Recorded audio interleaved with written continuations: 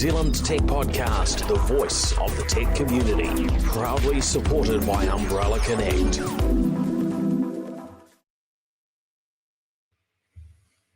Hey folks, greetings and welcome along to the New Zealand Tech Podcast. I'm your host, Paul Spain, and joining me is Bill Bennett. How are you today, Bill? I'm good here in the North Shore in the sun. Very nice, very nice. You're obviously surviving things. You're part of the country. You were telling me before you just missed a haircut before lockdown, whereas I just had mine before lockdown. So yours is a bit longer than mine. Yeah, it's getting in my eyes. Funny. Well, plenty going on. Never seems to slow down too much. Lots we can delve into today. There's certainly some moves with some of our local tech firms that are interesting to look at. Icehouse raised quite a bit of money for one of their growth fund, their Ivx Growth Fund.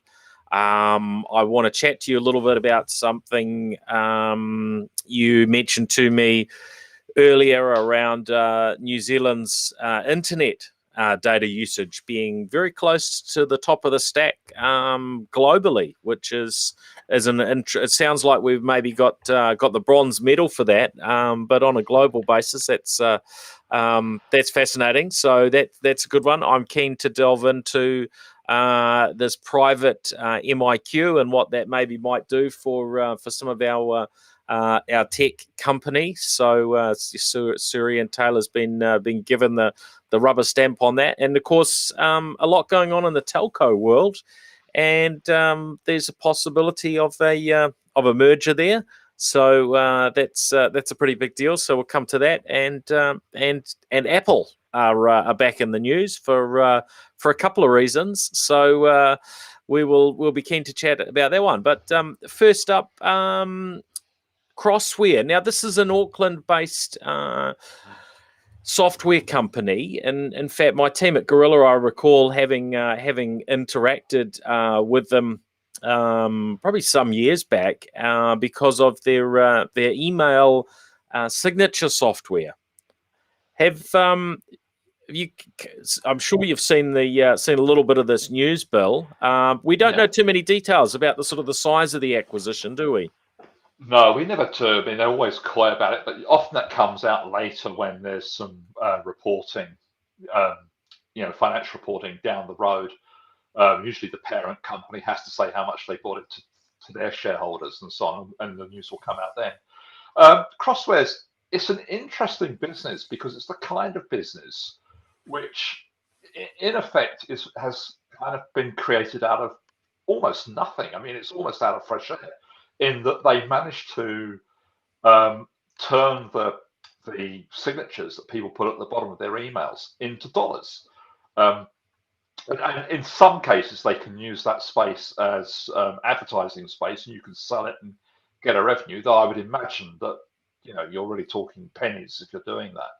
But what a lot of companies are doing is they're managing their own sort of imaging, marketing, and so on through the messages that they can put in their signatures, and they can measure how that's responded to. And it clearly works because they have a viable business that's doing well and has been snapped up by an overseas buyer. So obviously there's a market in that, but it's the sort of thing that in effect it's been created out of thin air. Yeah, look, I mean they've been around a few years. I think that there's obviously something in their offering that has resonated, and I think that's probably been, when I recall that we looked at it, I don't recall hearing a story about any sort of advertising and email signatures, which is sort of what we've read about here. Apparently they have about 10% of the global market for email signature services. Now, I was very interested to see their offering because they were a local company. I've been aware of their name probably before I knew they were local. In our particular case, I think they didn't seem like quite the right fit for for my firm and for our clients. So we ended up with another product.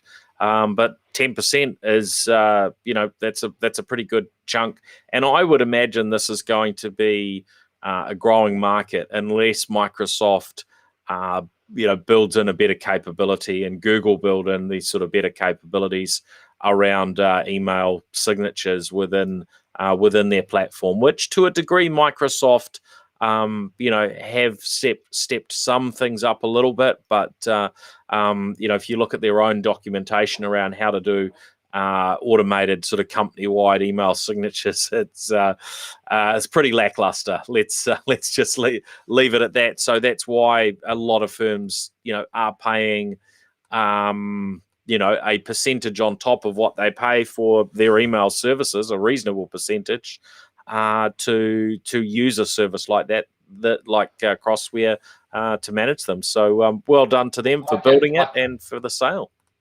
Yeah, my guess is that it would fly beneath the radar of the likes of Google and Microsoft, almost to the point where it wouldn't be worth their while. I mean, the revenue, if Crossware is 10% of the market, then I would imagine that Google and Microsoft probably spend more on employee drinks than they make from selling such a service. Yeah, no, you're probably right on that one. I guess I would see it these days as it should actually be an essential component of a platform like Microsoft's Exchange Online service, which is part of the broader Microsoft 365, and in terms of from a number of perspectives, having to go outside to do a tool like that, it's not as though we're back in the 90s and so on now. Organizations have a lot of people. Most organizations would want to standardize this, and I think it's high time that they stepped up and delivered a capability. That said, it's good that Crossware have been able to make that sale to their Berlin based buyer Ecomi. So well done. Now into other topics, keeping it a bit local. Vista Group have announced a move to 4.5 day working weeks with the introduction of half-day Fridays for all staff. That sounds pretty enticing, doesn't it, Bill?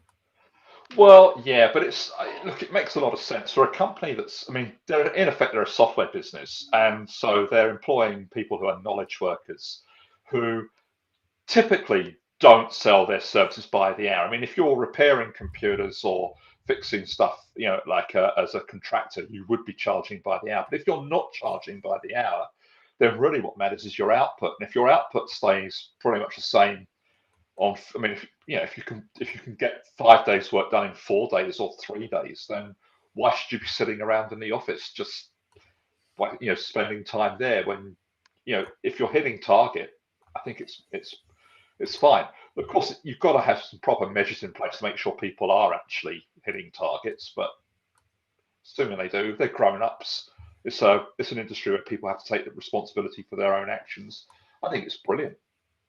Yeah, it's interesting because Vista, of course, being their clients being cinemas around the world, and they have a massive global market share.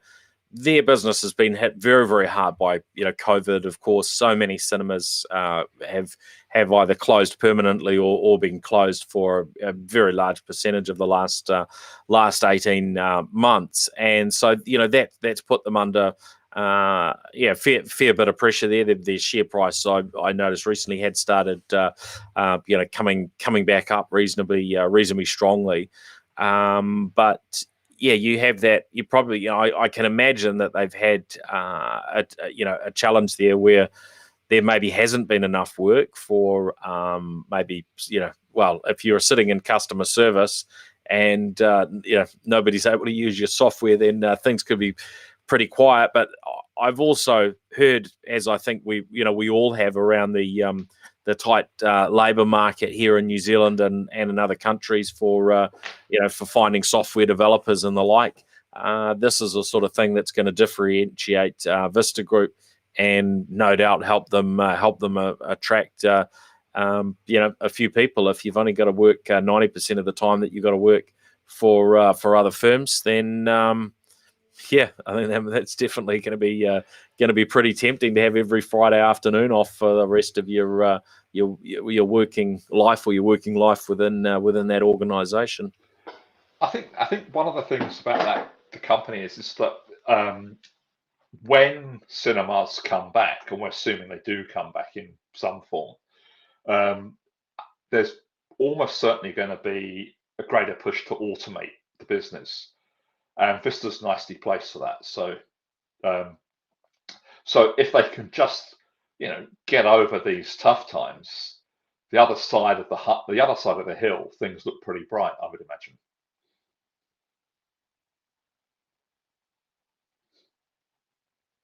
I think we need to keep a lookout on on those that are innovating and leading the way with different approaches. And the coverage about it I read, and I haven't spoken to anyone at Vista about this specifically, said they're following a different approach to Andrew Barnes' 4-day week, which really works to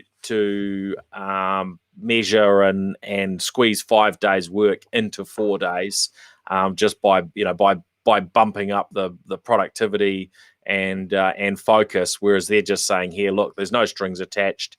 Friday afternoons off for going forward. So there will be different approaches and different things that we'll learn. I think exciting to see, and we'll certainly keep monitoring and talking about some of these different trends that are coming through. But I think there's plenty of upside to it if you can make it work. Now onto Rocket Lab. They've been out spending a little bit of their newfound wealth.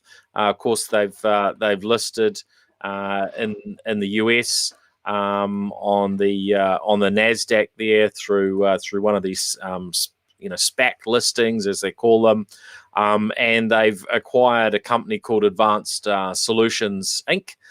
For around $40 million US dollars, potentially going up to 45.5 million. And this is a company whose focus is on spaceflight software and mission simulation, which sounds pretty cool. And it's nice to see Rocket Lab sort of broadening out their capabilities and being in a position where they can they can dive into their pockets, and they've got the funds to make the odd acquisition. It also positions Rocket Labs more as a tech company. I mean, arguably, to say rockets don't involve tech is ridiculous, but it's not a tech company in the sense that when we usually use the term to launch rockets. But getting into this side of things, then it very much does put them more into that tech space.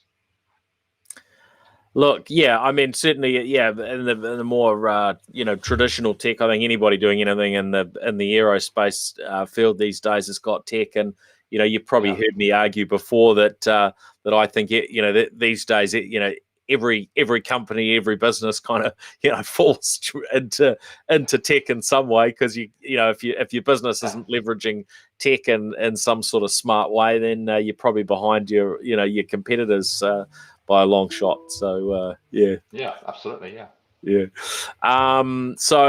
thought that was interesting to see, and it's certainly not their first acquisition. And it seems to be part of this move by Rocket Lab to sort of broaden out their offering. Yeah. So, traditionally you'd go to one company to do your launch and another company to build your satellite, and you get working with this whole array of firms. And Rocket Lab's approach seems to be, well, we're going to be very, very very simple to deal with. You can come to us, and we'll do everything that you need in terms of what you want in space, or being quite broad in terms of their service provision, which I think makes sense, right? Or you could look at it as vertical integration. They're vertically integrating the parts of the spaceflight business, which is and that's a trend that we've seen in other industries, so it makes a lot of sense. Yeah, well, I think customers are looking for that simplicity, and it makes it easier for them to do business with. It also helps protect them as other companies make a successful move, in terms of competing with them, and we're certainly seeing more providers of launch services.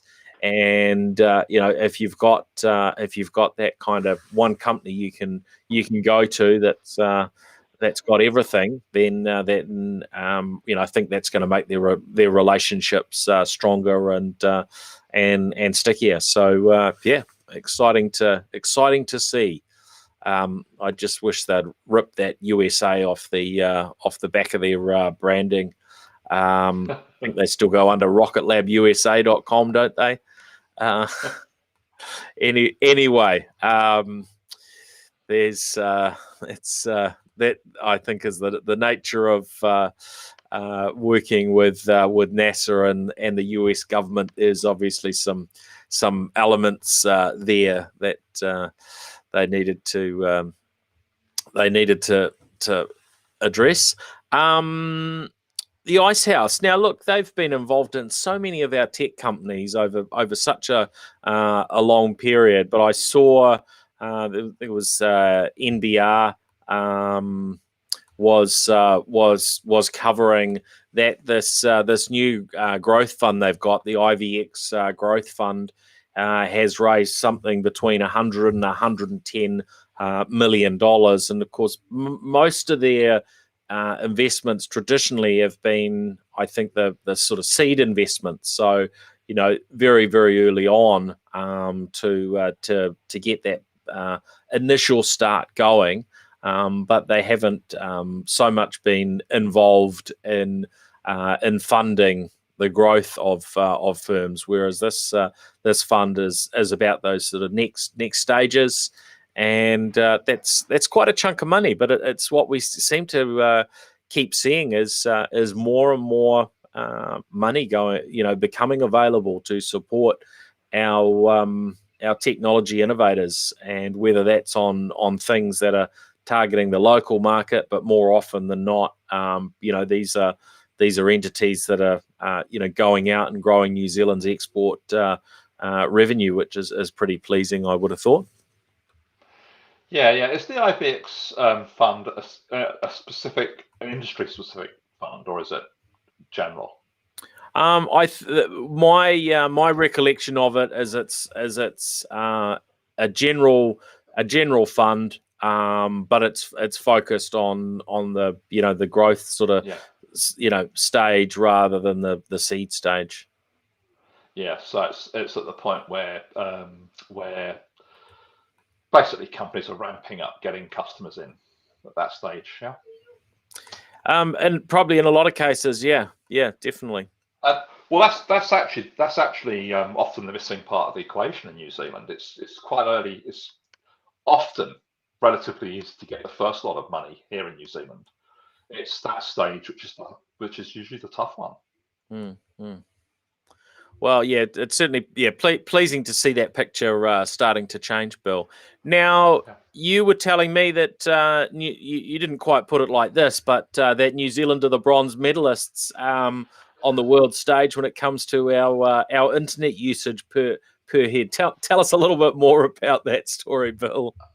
Okay, so it's a story that was in Communications Day a couple of days ago, which is the Australian telecommunications newsletter.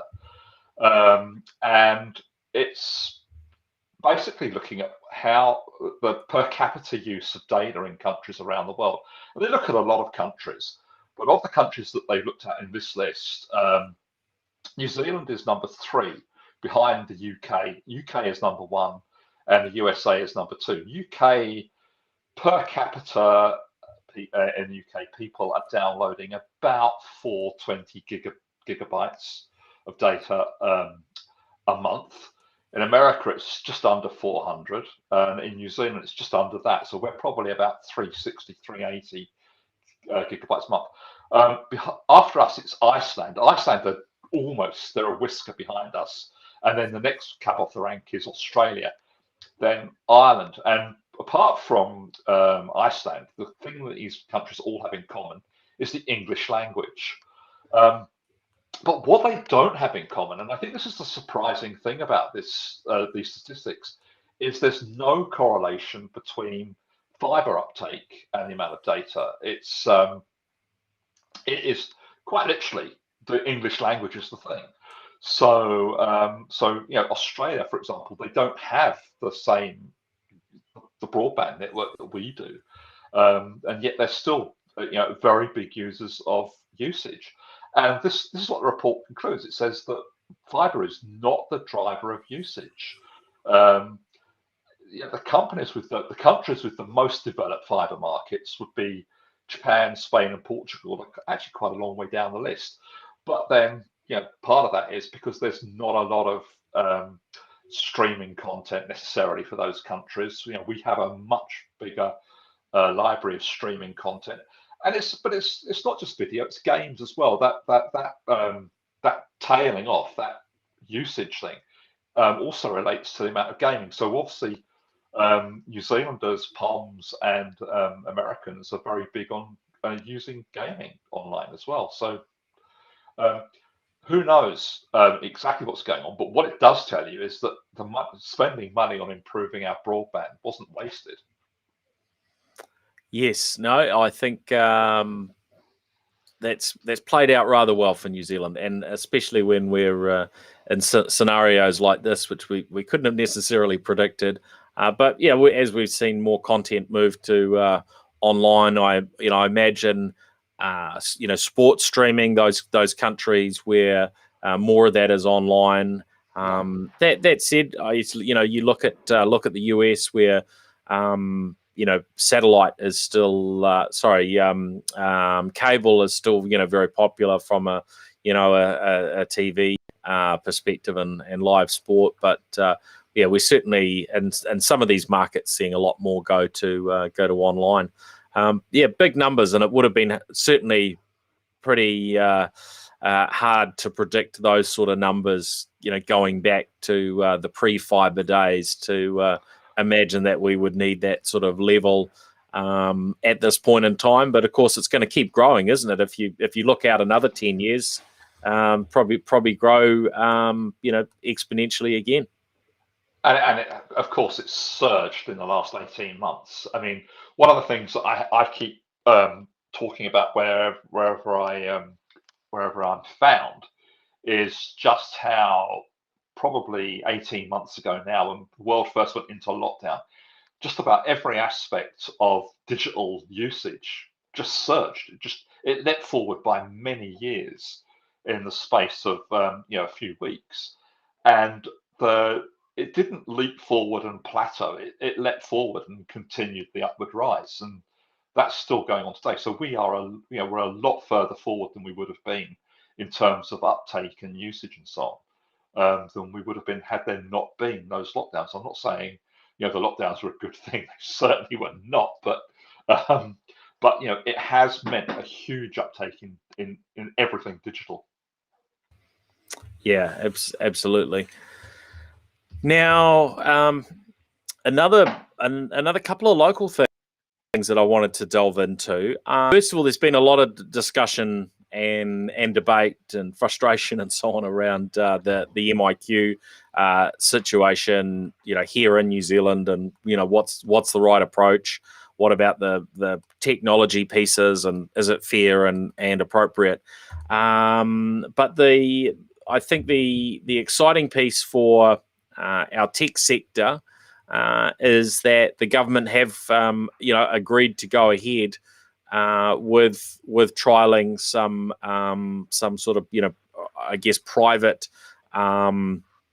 MIQ trials, and Sir Ian Taylor's plan, which was called Number 151 off the bench, has specifically gained approval from the Ministry of Business and Business Innovation and Employment. It gives us a little bit of a look into how that might play out. Now, of course, animation research had Sir Ian Taylor from who runs animation research had highlighted that basically they were losing business because their people couldn't go offshore to do work, because they would never know, if and when they were able to get back exactly. We've got the flip side where there are other companies who need to be able to bring experts into New Zealand, and there was no way of doing so. So I think this has got to be a real positive thing for the tech sector here in New Zealand, and I'm talking quite broadly, and including the aerospace and the like, because otherwise there are scenarios where companies just get stuck, and we don't want that. We want as much going on locally as we can, don't we, Bill?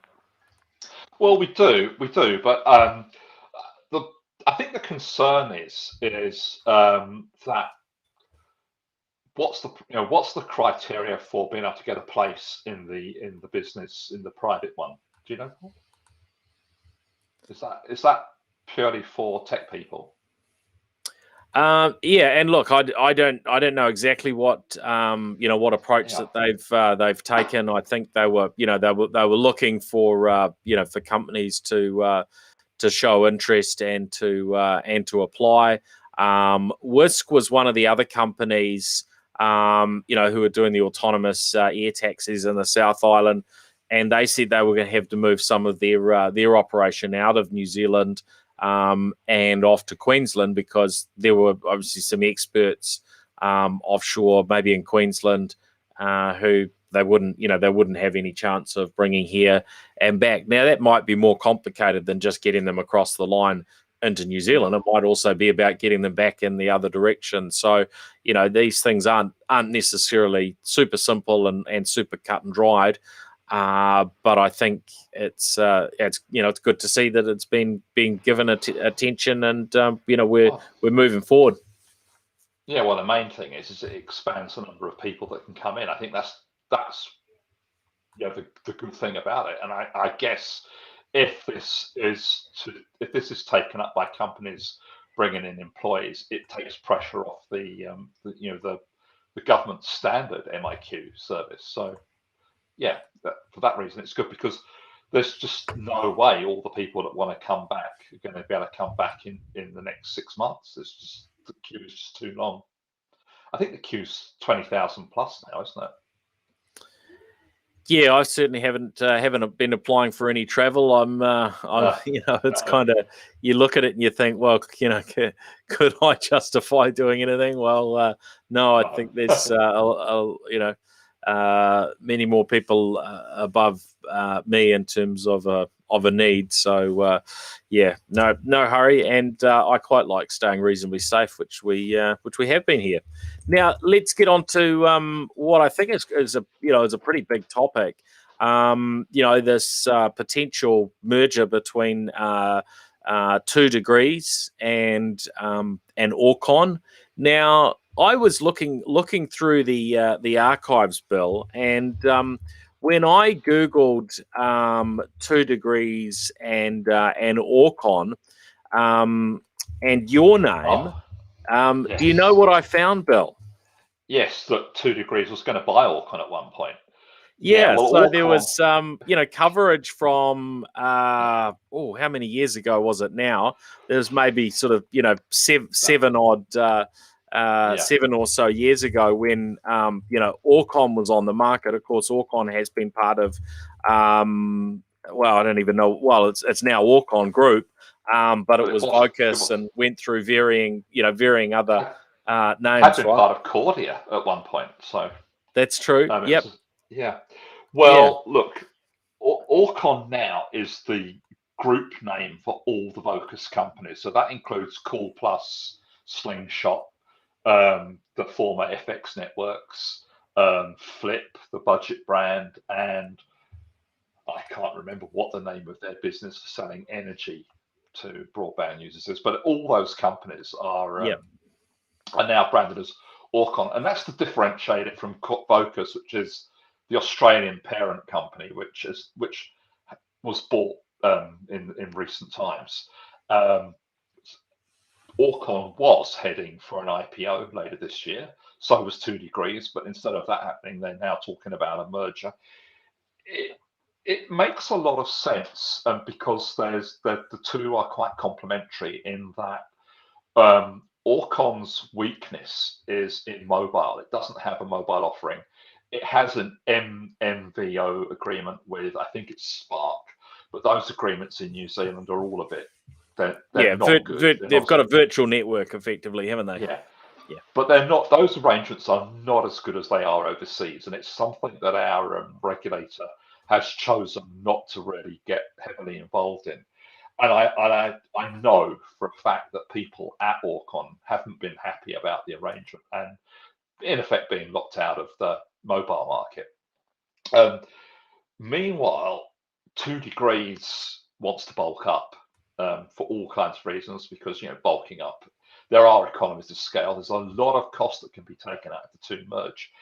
The really important area for these two companies is in broadband. At the moment, Spark is number one, Vodafone is number two, and Orcon and 2degrees are numbers 3 and 4. Added together, they become a lot closer to the size of Vodafone and Spark. In the mobile space, it doesn't really change the market dynamics because 2degrees is half the size of both. Vodafone and Spark are roughly the same size on about 40% market share, and 2degrees is on about 20%, and the rest is just rats and mice, and it's literally rats and mice. It's not even 1% of the market. It's made up of the others. So it doesn't really move the dial in the mobile market, except that it means that 2degrees will have a lot more customers to offer bundled deals to, bundling mobile and broadband. So, but it will reset the broadband market in terms of the top end of the market. Will it reduce competition, taking a player out? It's debatable. Some people say that it will actually improve competition because it means that the third player will be better placed to compete with Vodafone and Spark. Well, yes, that's possibly true, but then it makes life a lot harder for the other 80 or so internet service providers who are, the minnows in the market will be even further shut out. And it's quite likely that the three big ones will just be able to take market share from the small ones. So I'm not sure. I think the jury's out on whether it actually helps broadband competition, but it will certainly help mobile competition, and it certainly helps competition across the telco sector in general to have three players vying for the market rather than two. Yeah. I'm curious how it plays out. I definitely think there's some some reasonably good dynamics that go on in the market with the mix that we have at the moment. I think it's it could be negative in some ways. It could be positive. I'm not sure I can predict actually how that one's going to play out, and whether whether it would just get. I mean, I can't see it not getting approved. I don't think it's something that would have a huge major impact. But it does create a big chasm between the big players and, as you say, the minnows. So yeah, I mean, basically, it takes out the second tier of players and puts them into the top tier. Yeah, I think there's some cost savings that the two can achieve by working together. So there's a little bit more. It's not going to change prices. I can't see anything happening to change prices. There's not really much room to move on broadband prices as it is. There's stuffle room to move on mobile prices, and if anything, the mobile companies they've got this. They've still got a lot of spend coming up, moving up to 5G. And 2degrees is on its 5G project now. They're actually building 5G towers as we talk, but it's not going to be switched on, I think, for another month or two. There's a lot of cost in there, and that's going to be and it's a kind of transitional period for the industry too, where some dynamics of competition can change as we shift to 5G. But no, I think the real change is going to be in that broadband sector, and it's just going to be that we're going to have three big players. One of the things about Orcon strategy in broadband is it's got multiple brands. So if you go to Spark or Vodafone or 2degrees, you know Spark has skinny and big pipe, but in general, you're with Spark, Vodafone, or 2degrees. With Orcon, you're with Orcon, Cool Plus, Slingshot, Flip, Stuff Fibre. Sky is actually run by Orcon. It's a whole. It's kind of it's not a wholesale operation, but it's administered by Orcon on their behalf. So Orcon's strategy is to have multiple brands, each targeting different niches. And I'd imagine that were this to go through, that 2degrees would become another broadband brand in that stable. But no, in general, the big change is going to be in that broadband space. The other thing is that the other thing we haven't talked about is that 2degrees over the last 5 years, 2degrees has been ramping up its effort to attract the business and enterprise market. Oh, but yes, definitely.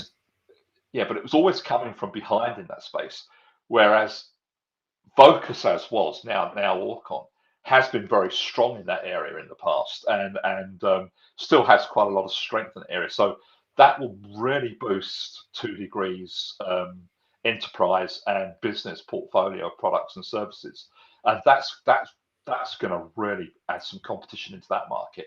And quite frankly, that's where some competition is needed in the New Zealand marketplace. Yeah, I guess there's a little bit of risk that we see, prices going up a little bit, and there are other sort of pressures going on in the market, but it's unlikely we're gonna see anything dramatic in that direction. Seems very unlikely. We've got a good level of competition. It's increasingly there's we've now got that competition between the sort of the fixed mobile broadband, ultra fast broadband, the fiber, and now of course a number of options coming in from a satellite perspective. So I think everyone's going to get kept on their toes for the foreseeable future, right? Yeah, and I remember a couple of years ago now, I was talking to Jason Paris, and he said something which is still true today, and that is that to a degree, the telco sector has competed all the profits out of the market.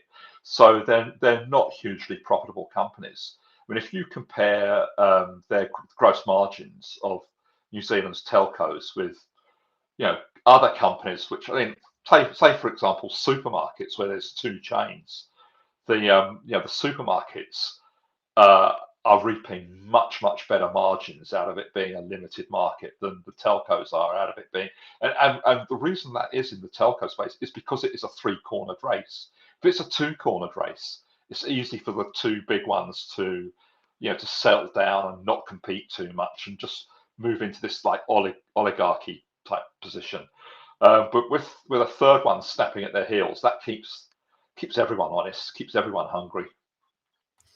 Yeah, I'm not quite sure that Chris Quinn would agree with you on the fat margins there, based on what we heard from the media recently, but you're definitely going to get a different scenario, right? Where you've got a lot of competition in the telco market, and basically a duopoly in the supermarket market. There are some interesting opportunities, looking at the supermarkets, because we've got some of these new players who have come along, who are maybe wholesalers and distributors that are now doing direct food deliveries to people's homes. So you've had these new players come into the market, that there is a potential for some scale to come along that way over time. So I'm kind of curious how that will play out. And of course there are other things coming into the market. One of the players in that is Tex Edwards, who's the guy who set up 2degrees. He's actually hovering around in the back of that area, and I know Tex reasonably well, and he knows where there are margins that can be eroded. I mean, that's his thing. That's what he knows. So there could be something coming. But I think it's more likely that we're going to get a disruption in the way that companies like Amazon have upset the food market in North America and in Europe. So I think that's probably more where it's going to come from. And as you say, it's going to be that direct delivery model. Yes, and we do have one of the US players in the process of setting up physically here in New Zealand as well, don't we? Costco. That's it, Costco. Yeah. Now, before we wrap up, Apple in the news again on two fronts. One, they have announced their Unleashed event next week, and I saw some alert come through from them on that basis. What are they calling it? Join us for a special Apple event. For New Zealand, it's 19th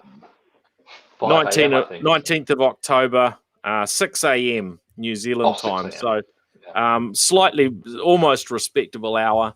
But there's been a chunk of talk that this was coming up, and I think Apple had given indications of it. Seems to be a big expectation on Apple Silicon inside new Macs. So that might be the M1X is one name that's been suggested for that newer, more powerful chip, and that if it is what is being predicted, will put Apple in a very, very strong position with their newest MacBooks, and potentially a Mac Mini coming through there as well. Their new chips are blazing fast and use a tiny amount of power. They're impressive, aren't they? I've got a M1 MacBook Air sitting on my desk, and I think there's one Windows PC that I've had in my office that is comparable with it. I mean, remember that the MacBook Air used to be like a slow, low-end Mac, right? The only machine which has come close is the ThinkPad P14S that I was talking about, the workstation class ThinkPad. That's the only Windows machine I've seen in the last year that performs as well as the MacBook Air. And even then, it does perform better because it's got better graphics. Yeah. But so if Apple can do something like that with MacBook Pro, get that same kind of performance bump that they got with the MacBook Air, then it's going to be hard for anyone to catch them. And I noticed, I saw something, I don't have it to hand, unfortunately. I saw something flit past me earlier when I was reading the news feeds earlier today, that I think Apple's market share in the laptop market is up something like 16% from where it was a year ago. So Apple is definitely zooming up the market there. Yeah, it's I think it's going to be really interesting to see how things play out. I think Apple.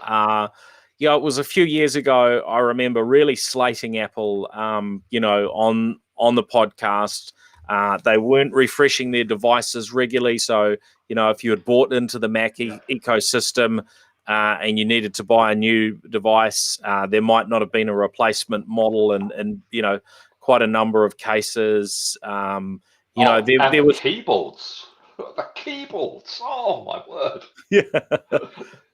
there was a lot not to like. But I think right now Apple are doing really, really strongly. One gadget that just arrived, I will mention. Logitech have over the years sent me through a few keyboards over the years, and initially I didn't really pay too much attention, but one of the things that I've noticed is these some of their Bluetooth keyboards that allow you to support multiple devices are very, very handy. So the latest one they've sent is called the MX Keys Mini, and they've got two variations. They've got the mini one and the full blown one. They're Bluetooth based by default, but I think they have a RF mode as well. So there's going to be a dongle that you can use if you're using a docking station. Why this matters to me is because I'm moving around from multiple machines. So at the moment, I'm running off a MacBook Pro. I will have a Windows device at my desk some days. And from time to time, I might even want to connect, a smartphone or a tablet. And these, the MX keys and some of their other products, the one that I use at my office, allow you to basically, flip between three different Bluetooth connections. And the dual Bluetooth and RF is superb. So if you're using a docking station, and I'm using a Philips docking monitor here at home, if I can put a dongle into that and then have that link up to the keyboard and mouse, then it doesn't matter whether I plug in a Mac or Windows or whatever, because it's going through that docking mechanism. So it's really, really nice. And I just haven't seen, and maybe I've missed it, but I haven't seen Microsoft taking the same approach. And it used to be that it was Microsoft or Logitech. They were both quite, in many ways, quite similar with their offerings. I'm not saying all the Microsoft stuff is rubbish, because the other keyboard I've got is a Microsoft designer keyboard that I've been using, and I think that's a pretty slick keyboard, and a Microsoft designer mouse, and that's really very nice stylistically, and it works well, but to switch between my Mac and Windows, because those are Bluetooth, I basically would have to repair them every single time, so that doesn't really work. I had an older, earlier generation Logitech keyboard, which had a little dial on the back, and you could flick the dial to move from. Does that work that same way? Yeah, same approach. Yeah, very, very handy. Yeah. Yeah, it's brilliant. Yeah. So, it's great that Logitech are doing it. I hope the competition wakes up a little bit, but they basically don't. From what I've noticed anyway, I know there are other brands doing things, but they're really, Logitech, I think, alongside Microsoft, they're it. They're the two big players in keyboards and mice. Of course, if you're purely in the Apple ecosystem, then Apple have their own products in that space as well. But yeah, pleasing to see a bit of innovation there, and products that work very well. That probably wraps us up for this week. Was there anything else you wanted to add in, Bill? No, I think that's it.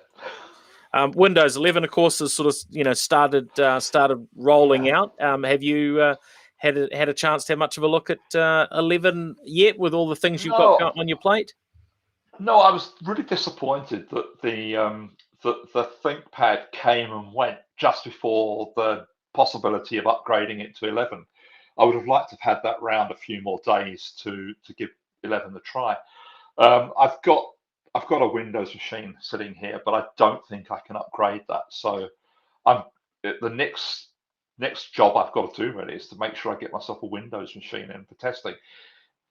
If you work for one of those companies and you're watching the podcast, get in touch. Definitely. Well, yeah, I've got I've got Windows 11 on one of my Windows laptops that's around here. That one's had beta on it. That's a Huawei Windows laptop, and that's run the beta or the preview version quite well. We've got a gaming machine in the house that there is much demand from my son to have Windows 11 on, and the install has not been successful. So it gets kind of part way, and then it decides to roll itself back. The tech team at Gorilla have been reasonably busy on other things, so I haven't been putting my hand up for any help on that one. But there do seem to be a mix of people, when you look online, as always, that are getting stuck with varying glitches with the Windows 11 upgrades.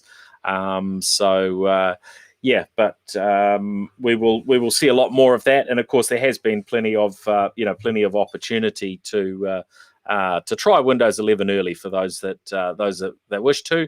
I guess in a somewhat similar way, Apple have been opening up those sort of opportunities, and in recent years to try things early. So Well, actually, I run Windows on my Mac as well. I have a parallel so that I can run Windows and Mac OS, basically so that I can look at software.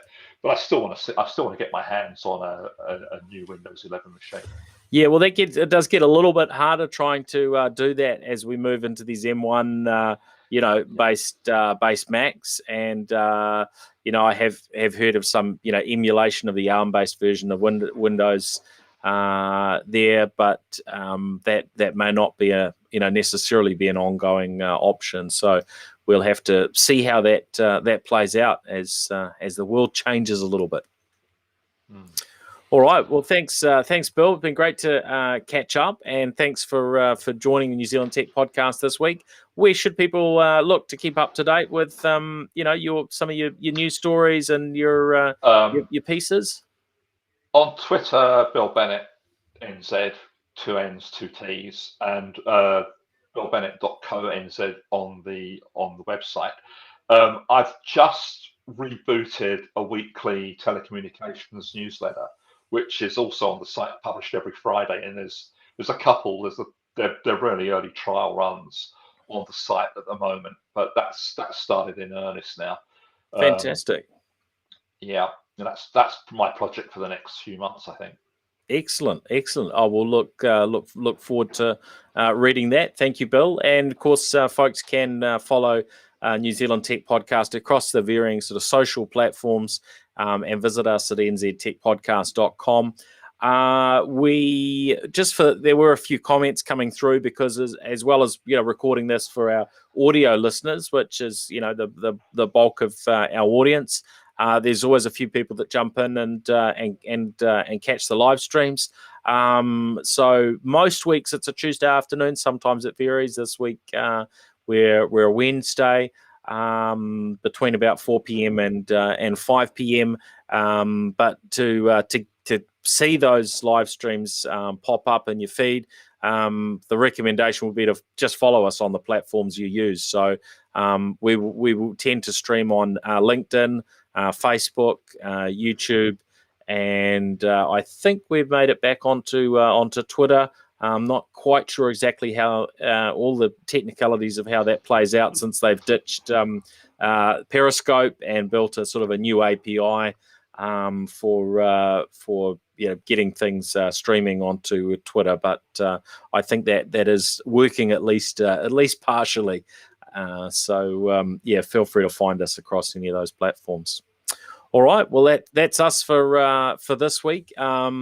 a big thank you to our show partners who make the New Zealand Tech Podcast possible. So yeah, thank you to Umbrella Connect, Gorilla, Vodafone, Vocus, Spark, and HP. All right, thanks everyone. Catch you next week.